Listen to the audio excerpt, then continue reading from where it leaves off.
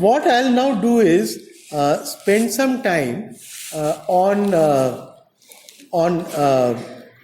things which will probably appear to you to be quite dull, right? But it's important, and that is typical rules that govern a factory. Okay, so if you're in a factory, what are you supposed to know? Okay. Now, it's also very important to understand. I've taken this largely from a presentation by a person called Dr. Sunthari. Okay, and what he says is that, it's very interesting that, see, there was a time, maybe about 150 years ago, okay, and when even children would be hired in a factory, okay, and many times they would die, okay. It was quite common, and employees had very little rights. They had nothing. It was really dominated by the employers, and so there was no control over the conditions of employment. Employers, maybe because there were fewer industries, there was a lot of unemployment. People were desperate for a job, so they would agree to whatever. Employers used to bargain with the employees. Child employment was predominant in factories, and then introduction of machines and new processes led to accidents and deaths. Okay, when they introduced machines after the Industrial Revolution, and people just didn't know how to operate these machines properly, and there was no sense of stipulated time. They could be working 16 hours a day. So always you will find that there will be a few people who operate with a higher level of conscience. Okay, majority of people will go with whatever is the thing, but there are some people who will say, isn't this the wrong thing to do? Isn't it unfair that they don't have any rights? Okay, so those people then probably gathered enough of strength and proposed the Factories Act, and that was passed in 1881 while we were still part of the British Empire. So it was not after our independence. It happened well before that. And what they said is that it will apply to any factory which has 100 workers. Okay? So if you had 100 workers, right, and later on they extended to a factory which even had only 50 workers, and they said, you are designated as a factory and you shall have to comply with certain rules. Okay, and in India, of course, it came into existence after our independence. Okay, and gradually, the union territories were initially left out, and gradually those were also taken up. Okay, and then there was a big change that took place in the Factories Act after the Bhopal incident. Okay, and Bhopal incident was in 1984, but even then, just to show you that how slow we are, we are talking about 3 years almost passed before a new law came into place, and there again, it's not as if that law is, doesn't have any problems. But anyway, this of course is the greatest tragedy that befell the chemical industry.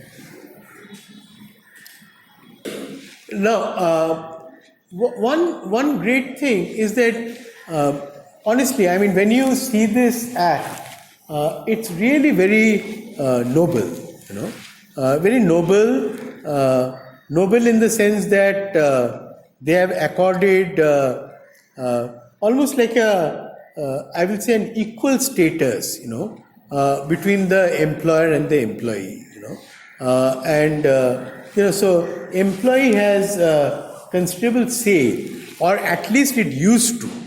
Okay, I don't know what is happening in the last say few years, whether that is always the case, but certainly they had a lot of rights, you know, and it covered what was it meant to do? It was primarily meant to secure the safety and health of the workers.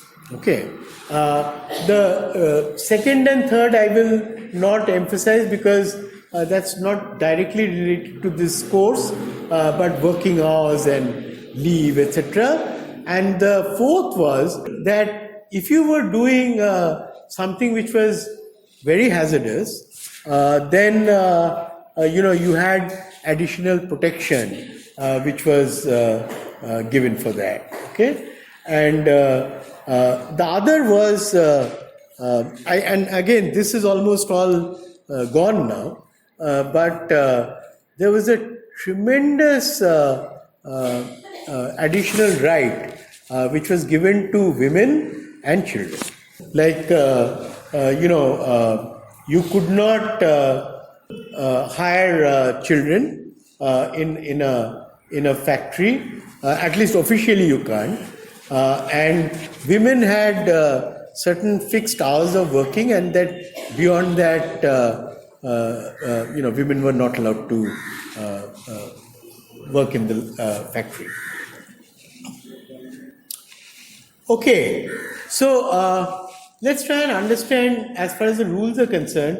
Firstly, we all fall under what is known as the International Labour Organization, ILO. Okay, so you will have an Indian Labour Organization which is a part of the International Labour Organization, and then there are conventions and recommendations made by ILO which have to be adopted by all. You know, you cannot say no, I will not adopt it. Okay,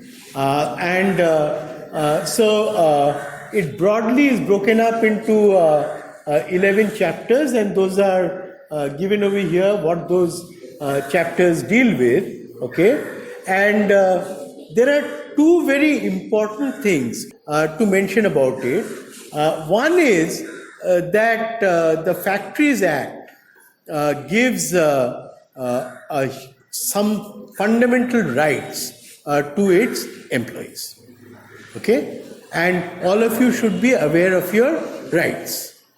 What are your rights? There are also some things which are known as directive principles. Directive principles means there are things that we know are the right things to do. Okay, and if you know that they are the right things to do, then you must direct and make sure that they are done. That it is not a hypothetical, theoretical exercise. Okay, that is what is meant by directive principle. Is that clear? So let us try and understand firstly what is the definition of a factory. Many of these things will undergo continuous change. As you know, also, see, in India we used to we still have small, medium and micro scale industries, but gradually industries are becoming bigger, you know, and the small guys are getting wiped out, you know, in many cases. So there's a transformation taking place, but as of now, factory is defined presently. It means that where 10 or more workers are working or were working on any day of the preceding 12 months. So now we're not talking about 100 or 50, we are talking about 10. Okay?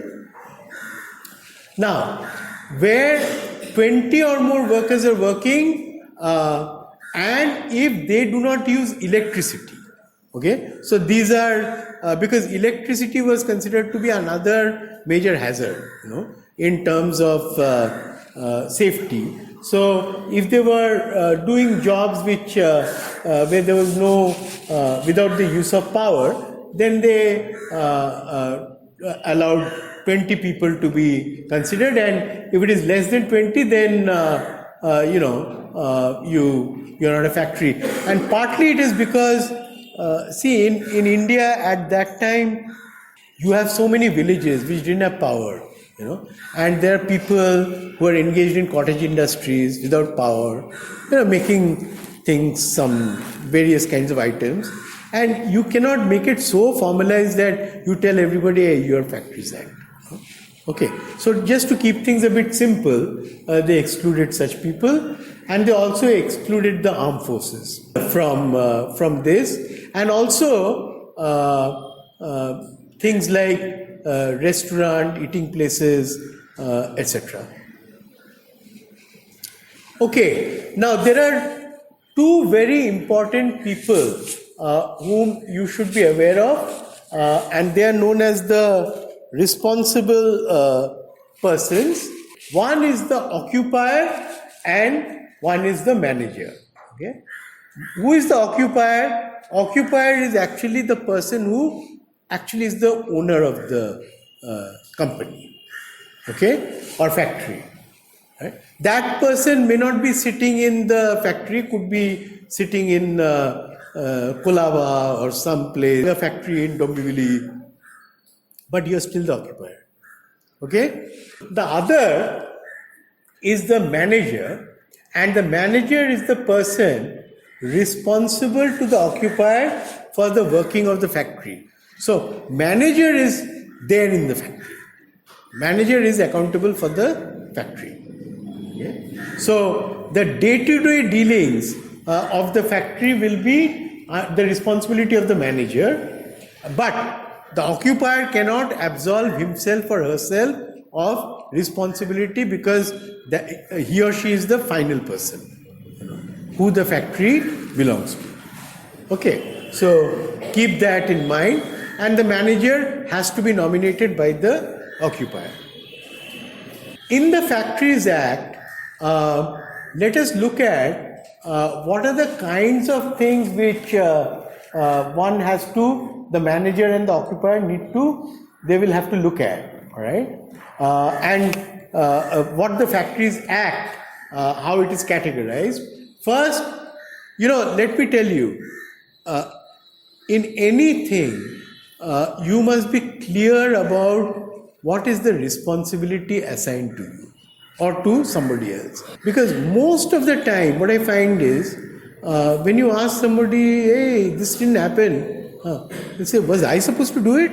I thought you were supposed to do it. Okay? And everybody is trying to get out of it. And that's the reason, they realize that unless you put it down in writing, it's very easy for people to become very slippery, and you finally can't catch anybody for anything. Okay? So that's why they have articulated. And what is the occupier's responsibility? Okay, the inspector's responsibility. The inspector is the government watchdog who is going to look after and make sure that your factory is run the way it is supposed to be run. Okay, and that you are adhering to all that you have said you will do. Okay, and then of course things that I will not focus on here, wages, women employment, child labor, but these are very important. You are supposed to inform if you are engaged in dangerous operations. Okay? What are dangerous operations? And so there has to be a definition of dangerous operations. If there are diseases, like if, for example, I am working in an asbestos company, and I know that I am prone to lung disease. I am supposed to notify that I've got 3 workers who have come down with tuberculosis, okay, or who are suffering from lung cancer, okay? Or something like that. So I'm supposed to notify. Okay? I'm supposed to make special provisions which are related to hazardous processes. Okay? I am supposed to keep record of any accidents and dangerous occurrences. Why? Because of the pyramid. Because of this. Because once I have, made a record, I can take action around it. I can see what needs to be done. But if you slyly do not do that, okay, then, that whole thing gets missed out. So it would be a crime not to do it. And there are certain statutory notices, etc., that you have to adhere to. You must know what are the rights of workers and what are the obligations of workers, okay? And what are penalties and procedures. Is it clear? So let us look at the responsibilities of the occupier. Anything that you do in a factory must be approved. You cannot, for example, go and make a little building without notifying the people, right? You cannot go and just put make a high pressure lab and start working on it. Okay, any building plan, the machinery layout, etc., must be approved by the inspector. Okay. The inspector is the one who will grant you license, and if the inspector feels that you are not worthy of a license or your license to be extended, the inspector can revoke it. Okay, you cannot do anything about it. You have to, and mind you, it's the occupier, not the manager. The occupier has to comply with the applicable provisions of the Act. Occupier cannot say, I sit in Kolava. I am not in the factory. Not on. You are the occupier. Okay? And most importantly, the occupier must ensure what is known as the safety, health and environment management at the site without any compromise. So in terms of nobility and at least the words, they have said it very well. It's absolutely perfect. Responsibilities of the manager. Manager is the person who is responsible to the occupier for working of the factory. Okay. Manager has to make sure that registers are maintained, what chemicals are being consumed, what are being sent out of the factory. Everything has to be accounted for. Whether you have filed accident reports, if you had an accident, okay. In case you made people work overtime, have you notified that, etc., etc. So finally that guy can go to jail for any misrepresentation of facts. The inspector is a big person, a very, very important, and as it happens, whenever you are a very big person, you'll also be very vulnerable to people trying to bribe you and seduce you, in all kinds of ways. Okay? And so you need to have that integrity to resist and say no, don't try to bribe me. Okay. The inspector has got the power to enter any premises, and mind you, those are not the days of gender equality. So everywhere it will be he, you can make it she. All right? He, she can make examinations of the premises, he can direct the occupier to, and he can just say, walk out of this place, right now, right? He can direct the occupier to leave undisturbed any place till his inquiries are completed. Say, stop your factory. Can seize any records, okay, take whatever copies or whatever, is required to see if you have fudged anything, you can take photographs, etc. So factory inspector is a very, very important person, and it is really to ensure compliance. I'll just quickly go through some of this, now if you are, for example, in a company, right?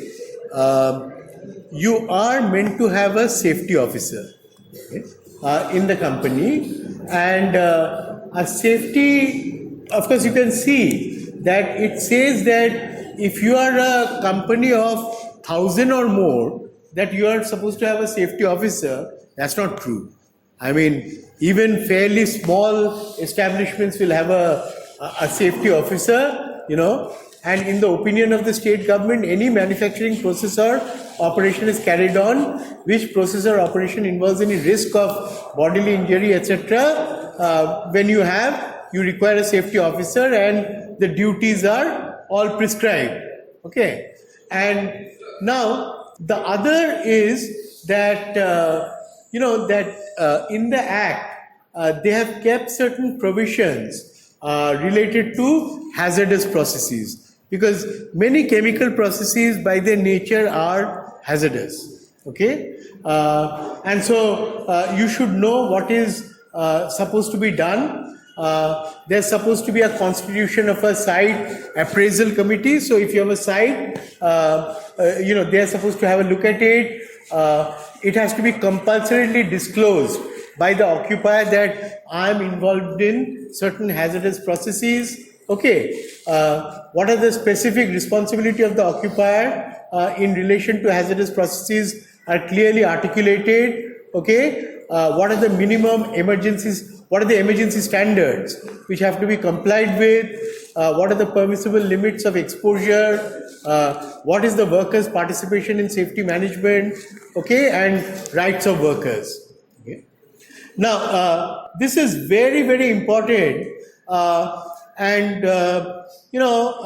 Rights of workers, okay, to warn about imminent danger. Okay. Believe me, in a lot of situations, people know that something is going on which is not right, okay, but you do not bring it out. Okay? You keep quiet about it, either because you don't have the initiative, or because somebody told you just keep quiet.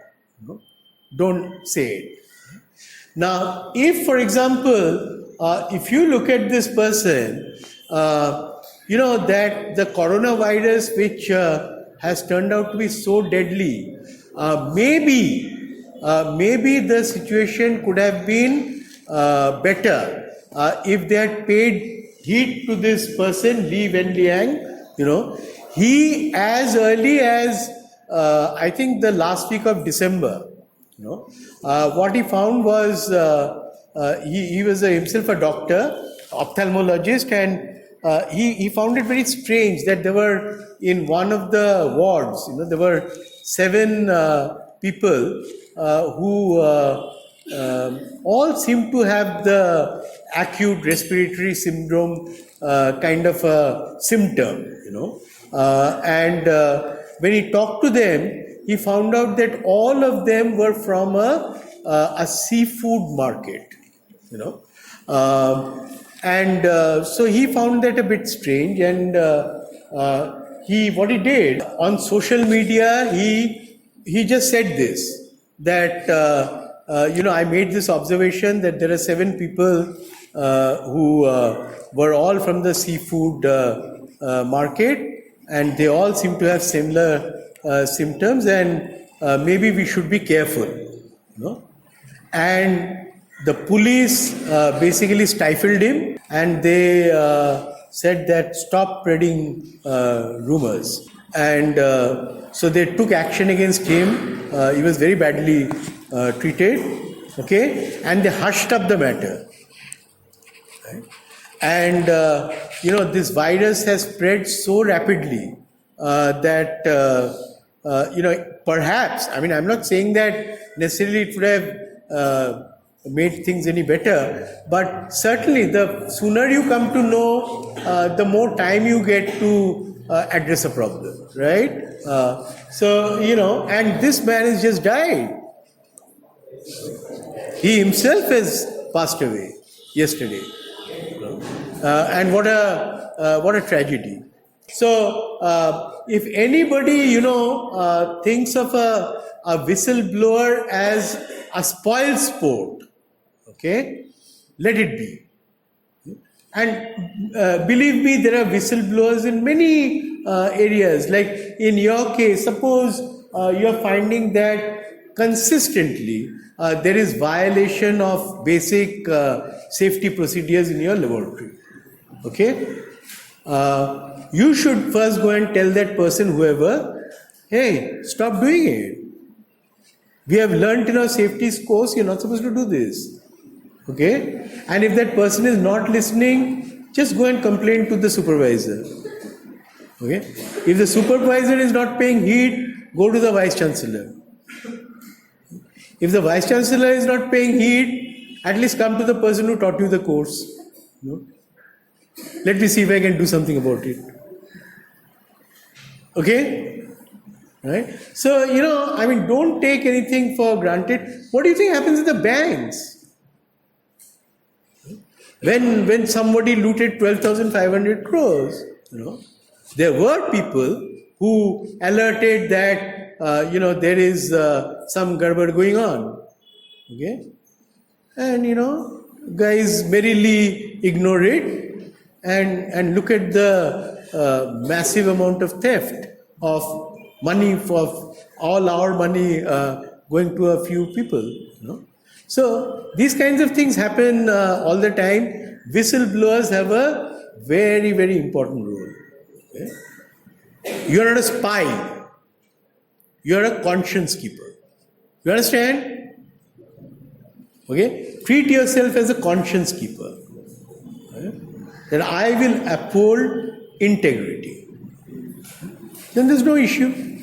And then you have what is known as a safety committee, and it is the committee which is really not only is it looking at the immediate problems of a company, but it is also looking at things like training of people. Are they equipped to do the job? Have they been properly trained in matters of safety, etc.? Makes all kinds of valuable suggestions to the management, to the occupier, etc. So very, very crucial role is played by the safety committee, and the safety committee will have experts. Someone might be very good in organic chemistry, someone might be very good in thermodynamics. You put all these people together so that they have complementary skills. Okay, and so that they can address a problem in the best possible manner. Okay, I'll leave this out. These were some of the rights of women workers, but believe me, there has been a change in the act, and many of the rights of the workers as they exist today of women, it doesn't exist anymore. It's also vitally important that the worst thing you can do is try to sweep things under the rug, right? So if you have had an accident, you better say it, that I've had this accident. Okay? And an accident need not always be fatal.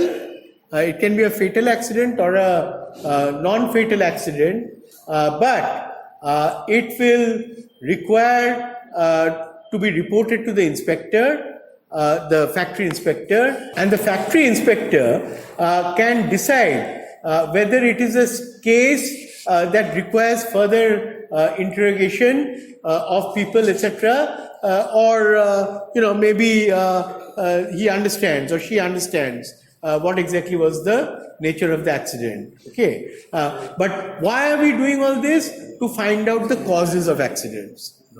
At the end of it, when you have an accident, you know the cause, then you can prevent the cause and prevent a recurrence of the accident. So it's all done with a very clear intent. It is not done to punish people. That is not the intent of any of these things. It's not to punish people. And of course, I mean, you will take legal action if there have been violations, but many times that's not the intent, for sure. Okay? And then the registers, etc., must be carefully maintained. Okay? And of course, the Act also discusses general penalties. Okay? And then these are things, which have changed now because the nature of a lot of manufacturing has changed. But people who used to be involved in manufacture of aerated waters, you might think that what is hazardous about that? Well, don't forget that carbon dioxide, for example, is a very heavy gas. Okay, like if you are making those kinds of soft drinks, and it can just sit around there, and you won't realize that you're not breathing properly. Okay, and you can have very serious problems. Okay, people who are in electroplating industry, because you use things like chromium, lead, cadmium, all kinds of metals which are known to be very toxic. Glass manufacture, because also of the temperatures involved. Anytime you grind something, it generates very fine powders, and those can get into your lungs. Of course, petrol, etc., naturally because of flammability, become important. So, I mean, there are many things which were classified as dangerous manufacturing processes, and these are things that will change from time to time. There were also notifiable diseases, and you can see starting from lead poisoning, phosphorus poisoning, jaundice, okay, asbestos poisoning, okay, noise, hearing problems, okay, carbon monoxide problems, okay. So all kinds of things, and these are any illness that is directly linked to these kinds of exposure to these chemicals, all right, is a notifiable disease. Okay? And all of you should be very careful. What happens is, let me tell you, this is in some ways the worst thing. You see, when you are young, right, the world looks like yours, nothing, you are in command of the world. I mean, everything looks fine with you, nothing can go wrong with you, and that's the time, many times, you end up doing things actually which can hurt you down the line, later on in your life. For example, if you have breathed a lot of things which are toxic, and at that time, because you are young and your body has more resistance, etc., you might have managed, but there could be a residual problem which lingers on, and later on in your life, you could have a problem. Okay, there are people who have problems of fertility count. There are all kinds of problems that you can have. Right. So be very careful. Right, while using chemicals, and understand what are the effects of a chemical. Okay, when you are using it, don't just go and use a chemical. We will, of course, other professors will discuss with you the MSDS, material safety, data sheets. You must know what these things say and what could be hazardous. Now, workers also have a lot of rights. Okay, so if, for example, I say that, look, I don't feel comfortable with the level of training that I have, and I go and tell the manager or the occupier that please send me for some more training. I'm not feeling comfortable doing this work otherwise. And that person is actually obliged to send you. Okay, and if, for example, if the occupier is not meeting your requirements, just go and complain to the chief inspector. Go to the factory inspector, call up the factory inspector. You say, hey, in my factory they're not letting me do this, and I feel very vulnerable with the whatever training I have. Right? So that's your right. Nobody is doing you a favor. Okay, that is your right. And also keep track of, for example, the Central Labor Institute. Every now and then it offers very good courses on related to safety, and so you may want to get trained in some of these courses. Okay, and some of them could be very much more comprehensive courses, like, for example, certificate course on safety and health for supervisory personnel working in hazardous processes. So if you are working on a hazardous processes, you should know.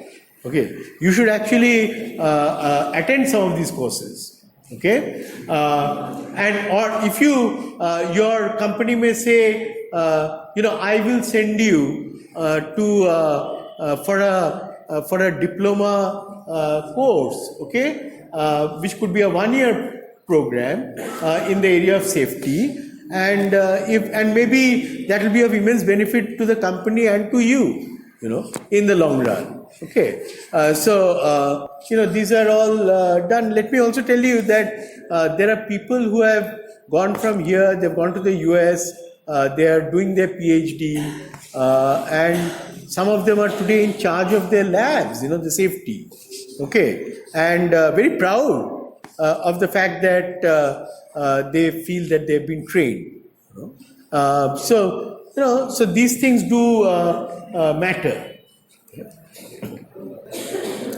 Okay, but then if you think you only have rights and no obligations, that's not true. Okay, you also have obligations, right? And so what are your obligations? You should not interfere with or misuse anything. Like, suppose you are sabotaging something, okay, and that is putting another person at grave risk. Or you don't even mean to sabotage, but you just are irresponsible, and you have not taken care of an equipment and have left it in a bad condition and not informed anybody. Okay, so the next time when somebody went to use it, things blew up on their face. Okay, and so obviously you should be taken to task for doing something like that. All right, and so and then there are people, I've seen many times the fire alarm keeps going off. Okay, and people get irritated because many times also after they go and search around, they find that there is no fire as such, and it seems like it was a false alarm. Okay, and okay, there can be a false alarm, but you're supposed to go and tell the supplier or something that, yeah, it's unnecessarily giving too many false alarms, and you please look at the sensitivity of this alarm or whatever, But you know what people do? They go and tie a plastic bag around it, around the fire alarm, so that it doesn't get the smoke. And we had one of the worst fires, in the headquarters of Council of Scientific and Industrial Research, where the entire floor was gutted, okay, and then it was found that it was some person had actually put plastic bags around these fire alarms. Okay, so that would be tampering with appliances meant for your safety, and you can be in jail for such things, right?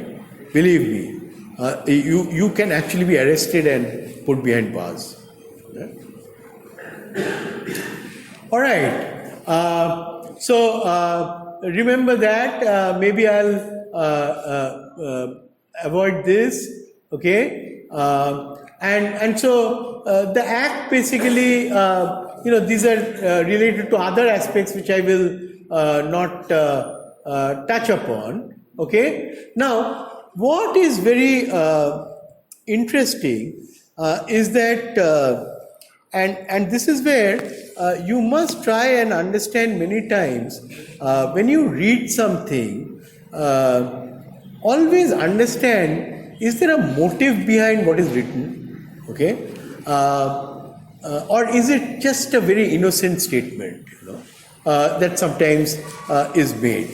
Like for example, the Factories Act actually gave such wonderful rights to workers that many owners have been trying to dilute that. Let's put it that way. Okay? And in the name of things like, and this is like it is, it says, though many legislations are in force, not much is accomplished.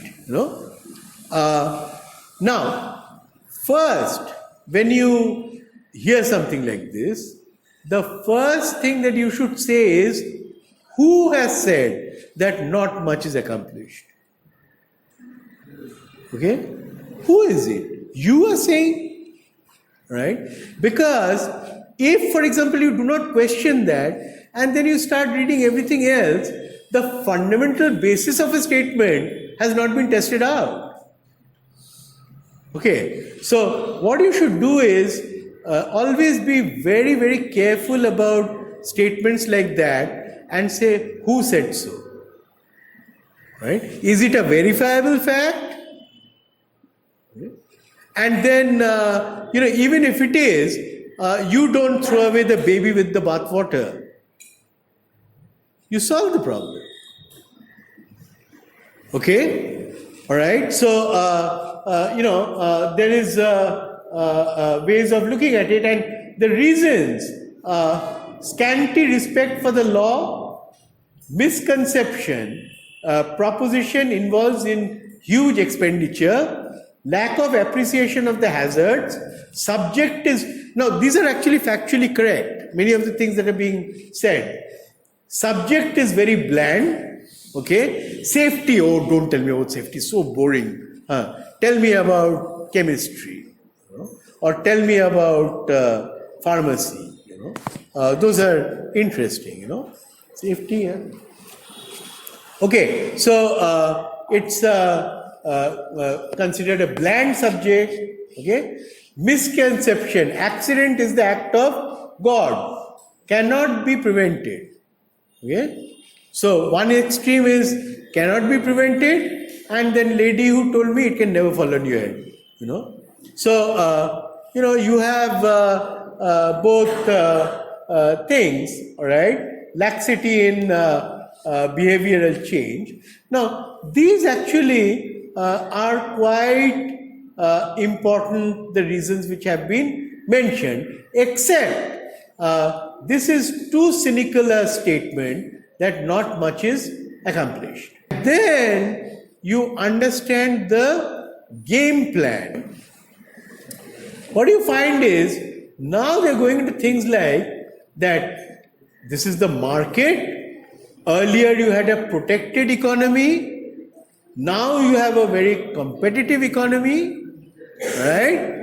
And what they are trying to say is that maybe, we are losing out because we are spending too much of our time and money on worrying about safety. Okay? Not telling you in as many words, but that is what they are getting into. Okay? And,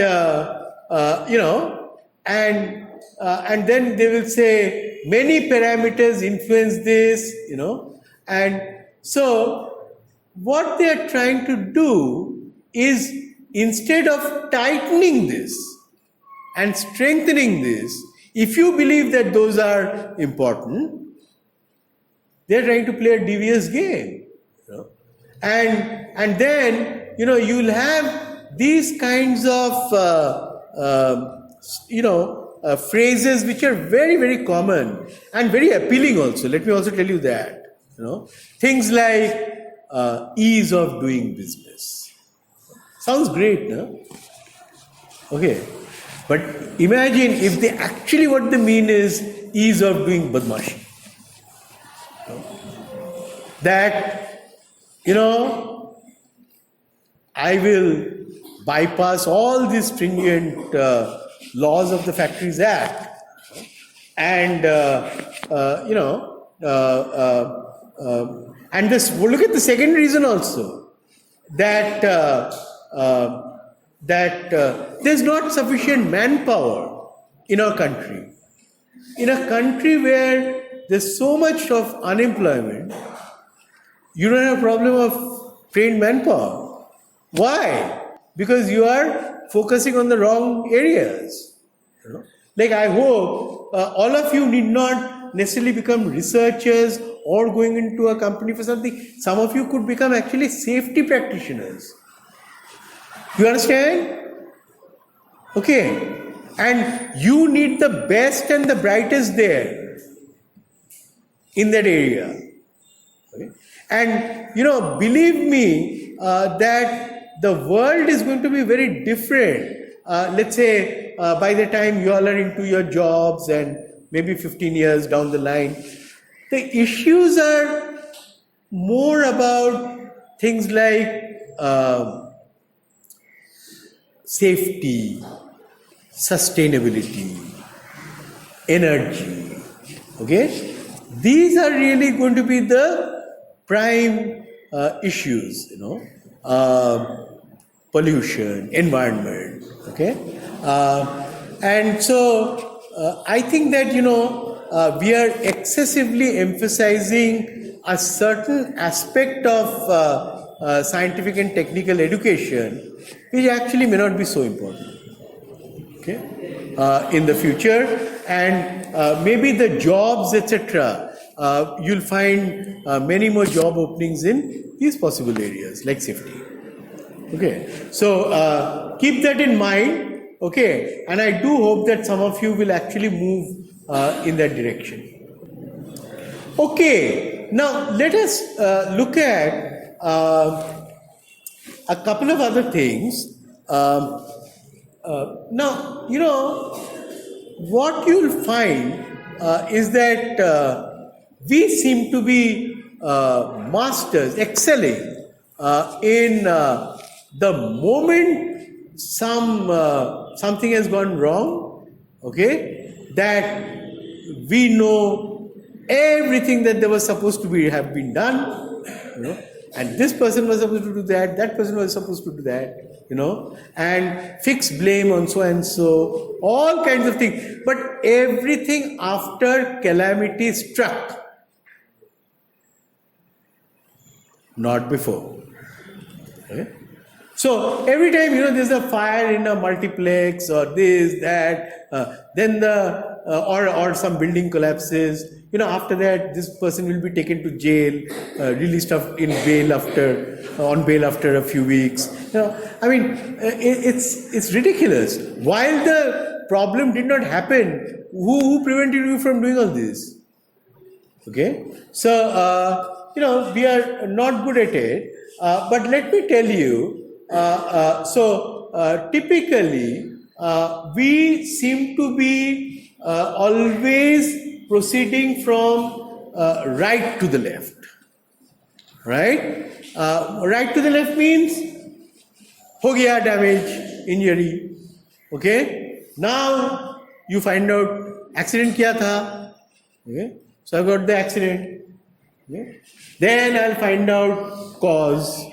Okay. And I'll identify what were the unsafe act and unsafe conditions, whose fault it is, because who was responsible. Okay. And then you have to ask, why did that person whose fault it was act the way he or she did. Okay. But the arrow can also go this way. Okay?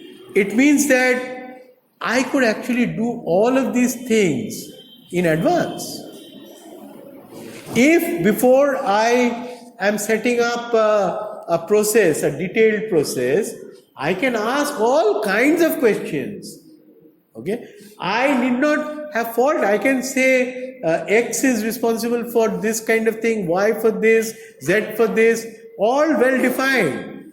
Okay, I don't have to have cause. I will say likely problems. Okay, and which will be the unsafe acts and unsafe conditions, and what should I do about it so that it does not happen. And then I don't need to go here. Is it clear? Yeah. And I think that all of you should go into this mode of moving from left to right. Okay? Not from right to left. Right? Okay. And, moment you do that, believe me, 95% of all problems will get sorted out. Okay. Let us, maybe I'll just not spend too much time on this, but there is top management, there is middle management, okay, and it is for them to identify the right people who can help you to move from left to right. You need professional competence to be able to do that. I may need to know many things. Firstly, I need a person who is good at critical analysis. I need a person who is technically competent. About in the subject matter. And many other things like that. And it is for the senior and middle management or top management to really identify such people. Okay. Now, let me, since I mentioned, about and there's a genuine problem that there are big shortages of manpower, trained manpower in certain very specific aspects of safety. And I told you about the Unchahar tragedy. Okay, but it's interesting that which was a massive boiler tragedy. Okay, but a very senior person. Okay, I don't want to go into names. Okay, this is an article from the Hindu, and it's very interesting. It says the boiler explosion at NTPC's Unchahar power plant in Raebareli underscores the importance of inspections and protocols for hazardous industrial operations. It has cost at least 32 lives, actually it was much more, 40 something, and caused severe injuries to scores of personnel. High pressure boilers are hazardous pieces of equipment which are strictly regulated with special laws. When I just see a boiler as a stainless steel, cylindrical looking some unit, and I press a button and temperature gradually becomes this, I'll see that. But if I see it and I know the temperature pressure curve, and the latent heat of evaporation and what it means, okay, and many other things, and what boils the water, the hot coal, this, that, then you wouldn't feel so comfortable, okay?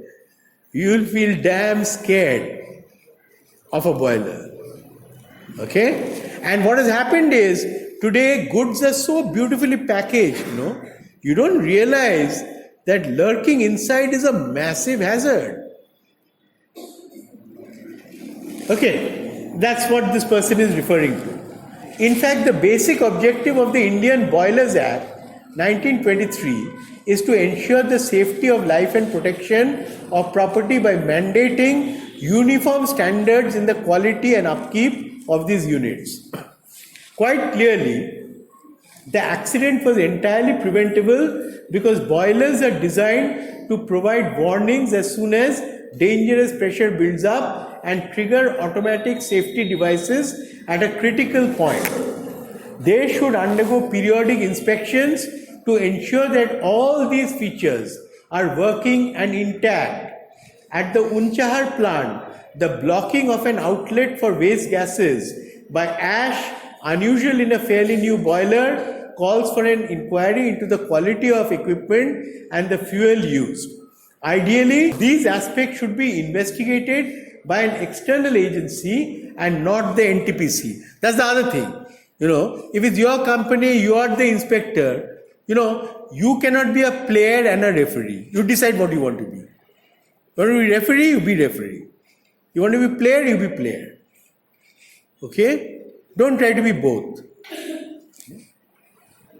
Industrial regulation has unfortunately come to be viewed as a barrier to ease of doing business in India. You understand?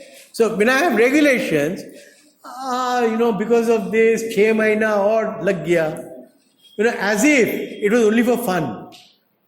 It's not. This is a result of inefficiency and corruption, and the typical response of governments has been to relax crucial safety checks. Self-certification and third-party certification of facilities has received support from policymakers even in the case of boilers. The Unchahar accident shows it is in everyone's interest to have a transparent regulatory mechanism for hazardous industrial activity. The safety and welfare of workers and the public at large cannot be compromised. Okay? Now, it's important that you read these and understand this and appreciate it, because if, let's say, in 1984, we had the world's worst disaster, Bhopal. Do you see in any of us that level of worry about safety of a country which had the worst disaster? There. Do you see, you all had undergraduate courses, right? Did you ever get taught safety there? You understand? What were you taught? You were taught many other subjects, right?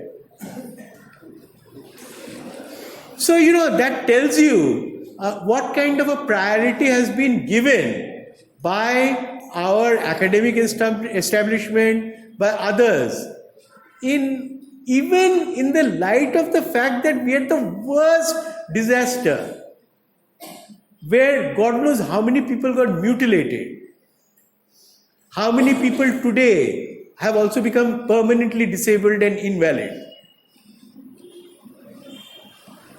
Do we care?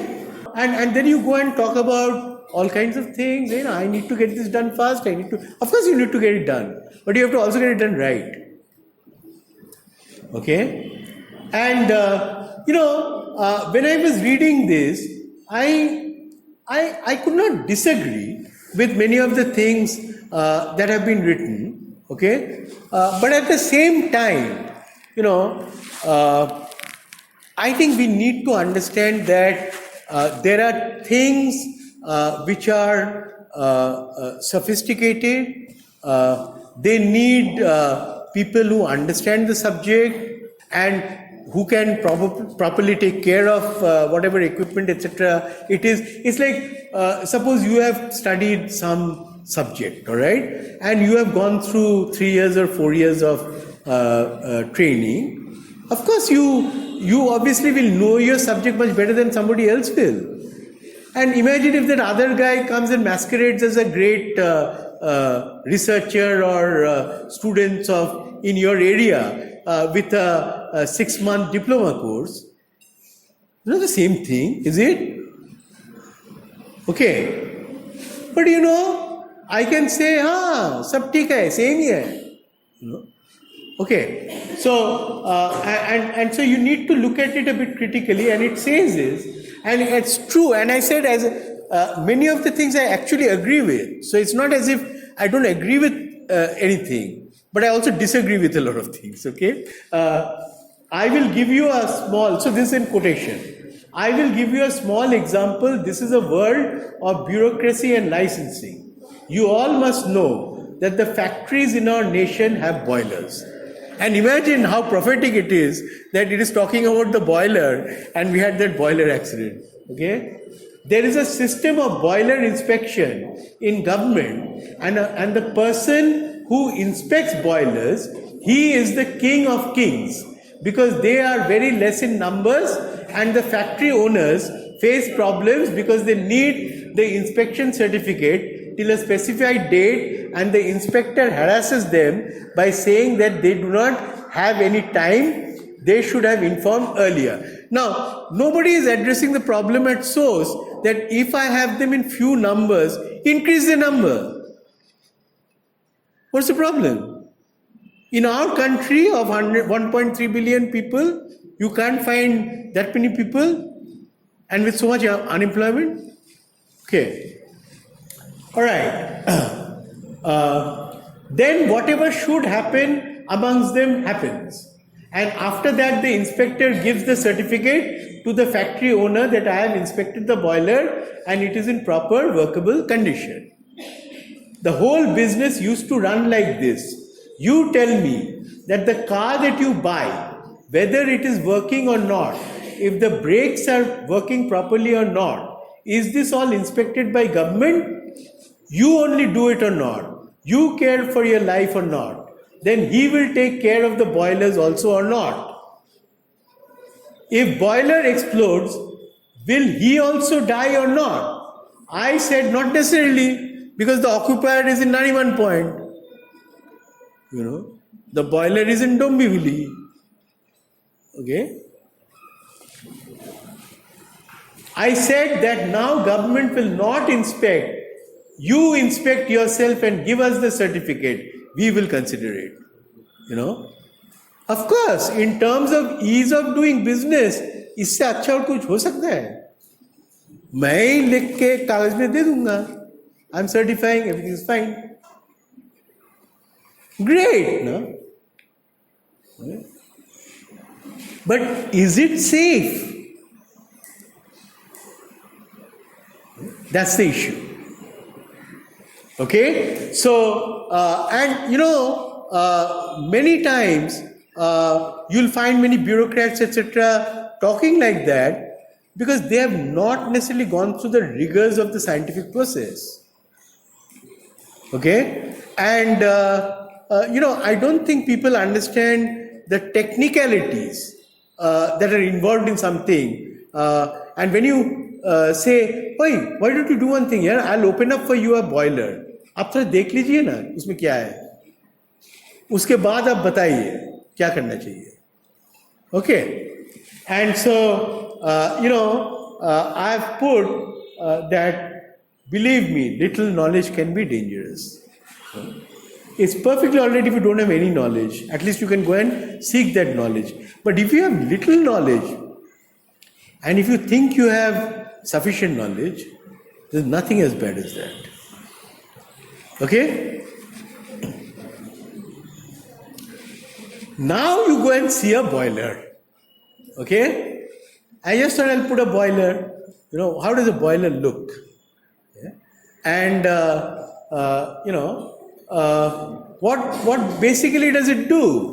I mean, here you are feeding, let's say, coal, okay, and you're feeding in air, and all that is getting combusted, right? And generating hot gases, okay, CO2,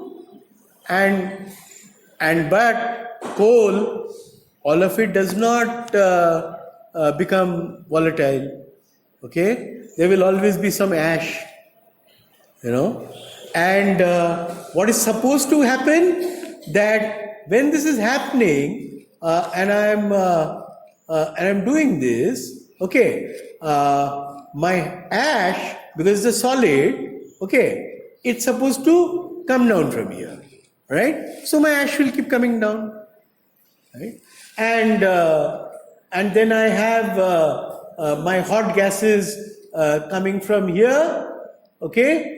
And then what I have is I've got water which is being fed, and I'm generating steam, okay, high pressure steam, and then that steam is getting further heated, okay, and is becoming superheated steam, okay, and then the exiting gases, all right, which is still quite hot, they also do something which is known as reheating of the steam, which means that, see, I am starting with water, I have to heat it up, I have to bring it to a certain temperature. So I take advantage of the quality of the heat, right, to do stage-wise heating, to reach high pressure steam, okay.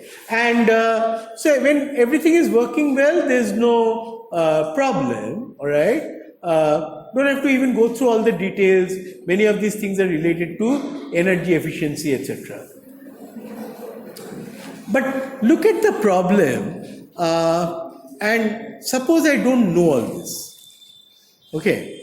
Now, suppose somebody says, okay, say your raw material is changing, coal. People will say coal looks like coal, so that coal can be different, coal A, coal B, coal C, all right? Or someone can say, I've got a great idea, I'll use biomass, instead of coal. Fantastic, biomass. Okay. Now, I just thought I just dug it out. I just thought, let me try and illustrate with an example, okay? Now, suppose I take ash, as I told you, whenever I burn, I'll always have some ash. Okay? Now, let us look at the composition of ash. Okay? Now, suppose, let's say, I have wood, I have, let's say, this kind of a composition. This is the amount of silica, this is the alkali elements, this is the alkaline earth elements, okay? If I go to rice straw, okay, you can see it's completely different. There's a lot of silica, all right? These things have relatively less. If I leach the rice straw, again there will be some change in the composition. The alkaline earth elements, etc., go down, and you get more and more of silica. And then here, what I've done is, I put the composition of glass. Okay? So if I take, say, soda lime glass, right? Which one does it look like? Huh? Huh? Roughly. Not exactly. This one. Quite similar. You understand? Okay. Now, imagine. So I don't know anything about all this, and I got huge amounts of rice straw, and somebody says, "Dal dijiye isko," instead of coal. And I do that. Okay. And what will happen? that when it's melting, it'll melt like glass. And then when it cools, it will solidify like glass, and it can completely block your nozzle, and it can prevent the ash from coming down. Okay? So what's happening? I don't know all that, and I'm keeping on burning coal, and more ash is accumulating. Okay? Is not going it, and that ash also provides huge amount of heat. Okay? And the vapors are going up, all right? And the pressure is building up. Okay? My pressure gauge is not working properly, it looks like. Okay? And suddenly the entire thing bursts. Okay? And 45 people are working under the boiler, and all that hot ash is on them. And they are charred to death. Okay? And not even having a safety suit for a hot premise. Short pant पहन के. You understand?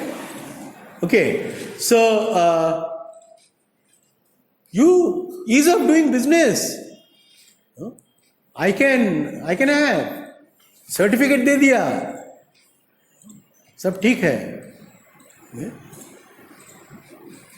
So it's not always with an intent of corruption, but it is because little knowledge is dangerous. Okay? And so everybody has a role to play. You are not enrolled for masters, right? So that your knowledge will remain at the level which it was in class 7. Why you enrolled for masters? To acquire a better knowledge, right? And that holds for the boiler operator as well. Okay? So keep that in mind. Is that all clear? Okay. And why it is very, very important, to have proper understanding of safety. Now, what they have done subsequently is that they have made some changes in the national policy which goes beyond the Factories Act. One thing which it appears to me from the new act is that there was some uncertainty, like say things like an academic institution like ours, okay, say ICT. Who are we? You've got labs, research, this, that. Are you factory? If you're not factory, why are you not? And who is monitoring your safety? You are right in a residential area. If there's an accident, who will take care of everything? You understand? Okay. So, in the new policy, I don't believe there is such watertight compartments, okay? And so I feel that this policy is not limited to large and organized sectors, but extends even to MSME and unorganized sectors. And I put that presumably the policy covers R&D institutions also, because in reality that's what you are. What's so different about you? If there are 500, 600 people working over here on various reactions, why are you not a factory? Okay? Factory doesn't mean necessarily profit. You understand?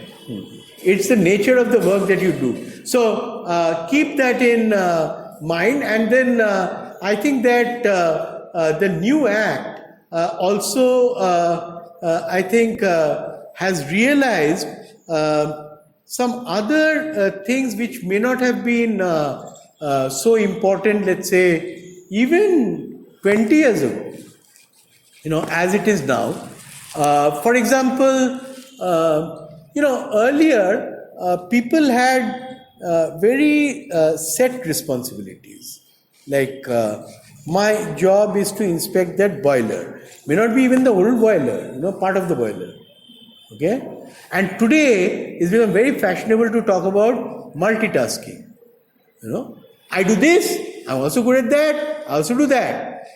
But probably you don't do anything very well.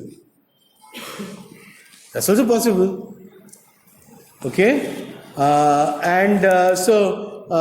Again, one of those slightly dangerous terms, multitasking, just have to be a bit careful.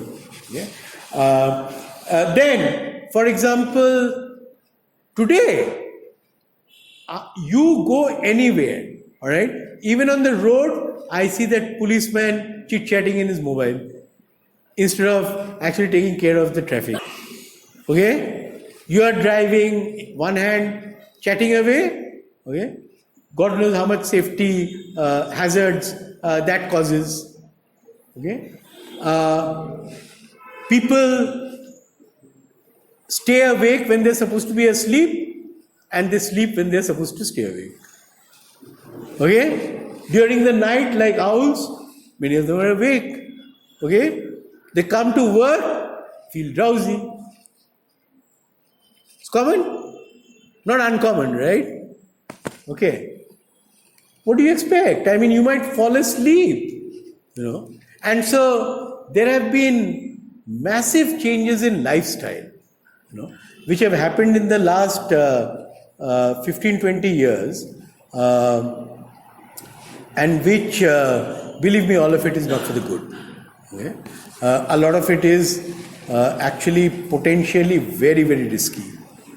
Okay, and so I think rules will have to be adapted as society is changing, and the reality is society is changing.